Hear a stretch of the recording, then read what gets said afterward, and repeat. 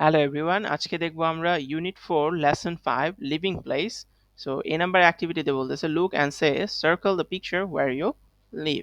So এখানে বলছে a village, a city, আর স্মল টাউন। সো এর মধ্যে থেকে তুমি কোথায় থাকো সেটা সার্কেল করবে। যেমন আমি এখানে সিটিতে থাকি, তাহলে আমি সিটিতে সার্কেল করেছি। সো এরপর নাম্বার বিতে বলতেছে look, listen and say where do you live? I live in a village. So এখানে আরো আসে where do you live? I live in a village. Where do you live? I live in a small town. So এখানে where do you live মানে হচ্ছে তুমি কোথায় থাকো। I live in a village, আমি একটি গ্রামে থাকি। Where do you live? তুমি কোথায় থাকো। I live in a village, আমি একটি গ্রামে থাকি। Where do you live? তুমি কোথায় থাকো। I live in a small town, আমি একটি ছোট্ট শহরে থাকি।